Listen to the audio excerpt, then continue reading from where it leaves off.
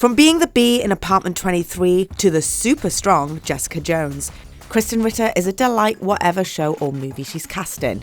And now we get to see her try her hand at playing an evil witch in Netflix's Nightbooks. But first, let's pay tribute to her incredible career so far and take a look at her road to Netflix. Back to the 2000s and to the start of Krysten's budding acting career. Here she is in a 2002 Fiat advert. Then a model signed to Wilhelmina, no big deal. She dazzled casting directors with her bubbly personality, which made her transition from modelling to acting a natural fit. Her early roles were bit parts in film and TV, such as the role of one of the art history students in Mona Lisa Smile. Funeral mass, matinee in 12 minutes. By 2005, Krysten was popping up as a recurring character on long-running shows. From 2005 to 2006, she played Gia Goodman on the murder mystery teen drama Veronica Mars. Her character was the daughter of a wealthy baseball team owner, attending Neptune High alongside Kristen Bell's Veronica. She reprised this role in the 2014 film, where Gia returns, now a wealthy socialite in the frame for murder. So many mixed emotions right now. I kind of hated you, a lot, but I don't anymore. I'm just trying to remember my progress here because blaming you for telling the whole world that my dad is a pedophile is what my therapist calls misplaced aggression. So basically, we're totally cool. Following her original stint on Veronica Mars, she appeared on another hugely beloved show, Gilmore Girls. Is that too much popcorn? Yeah. I'm really hungry. Between 2006 and 2007, she played one of Rory's classmates at Yale, Lucy. From 2008 to 2010, she cropped up in some classic romantic comedies, from playing the goth bride in 27 Dresses to the best friend in Confessions of a Shopaholic and She's Out of My League. Kirk, Molly's into you.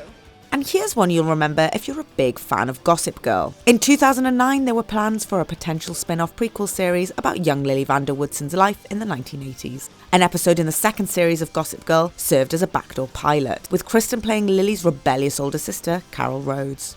Come on, it's us. We travel in style no matter how we travel.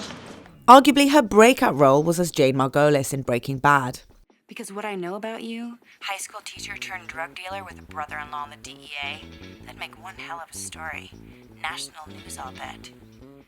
Do right by Jesse tonight, or I will burn you to the ground. Jane was Jesse's neighbour and eventual girlfriend, struggling with drug addiction. Thanks to Walt, Jane dies a pretty horrible death, which had major repercussions on Jesse's character throughout the rest of the series. This was Krysten's meatiest role to date, and cemented her acting chops outside of comedy. Having starred in her fair share of rom-coms, Krysten decided to write her own in 2011. Life Happens starred Krysten in the main role of Kim, a woman who gets pregnant after a one-night stand and becomes a single mother still living with her two roommates. Nobody tells you it's going to be so hard. Yes, they do, Kim. That's pretty much all people say. In an interview, she said she and director Kat Coiro came up with the plot after Kat had a baby. Staying with comedy but with a dash of camp horror, we've got 2012's Vamps, in which Krysten starred alongside Alicia Silverstone as two vampires trying to stay youthful and trendy. Krysten's character Stacy gets herself into a pickle when she finds herself accidentally dating the son of none other than legendary vampire hunter Van Helsing. He's goofy, but cute. What's his name? His name is Joey Van Helsing. What? Don't Trust the Bee in Apartment 23 saw Krysten play wild New York party girl Chloe next to Dreamer Walker's idealistic June in an odd couple sitcom about an unlikely friendship. Fun fact, Dawson Creek's James Van Der Beek also starred in the show as a fictionalized version of himself. I'm going to send this. To who? Everyone. Krysten's Chloe was the perfect vehicle for her comedic talents, a character who was lovable despite being completely irresponsible. While the show was cancelled after 2 seasons, it proved popular with fans, who have even set up petitions for it to be renewed, and was nominated for a few Teen Choice Awards. On to 2014, and Krysten had a whole host of movie roles, but her biggest film that year was Tim Burton's Big Eyes. It dramatises the life of American artist Margaret Keane, whose famed paintings of characters with big eyes were initially attributed to her husband.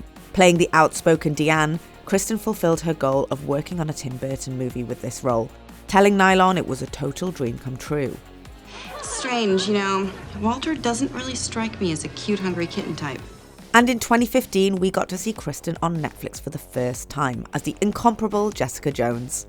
In this role, her star power was fully realised as the conflicted, hard-drinking and, well, hard-hitting former superhero. Starring alongside David Tennant's terrifying Kilgrave, Krysten got rave reviews for her work on the Marvel series, which explored themes like sexual assault and PTSD.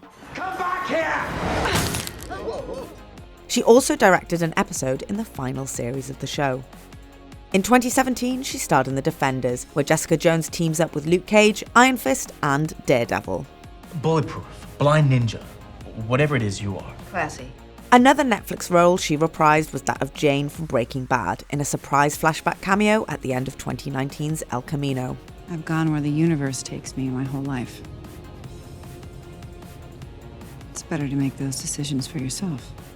That brings us to 2021 and Kristen's latest Netflix project, Night Books. This time she gets to play a villain as a witch who takes a young boy named Alex prisoner. In order to save his life, he convinces her to let him write a scary story for her each night. Did you say scary stories? But at the same time, he teams up with another prisoner to try and figure out a way to escape her clutches. This will hurt you far more than it hurts me. Make sure you don't miss Night Books, now streaming on Netflix. And for more on your favourite actors' trajectories to Netflix and the stories behind your favourite shows and movies, make sure you subscribe to the channel. What is that? Read now.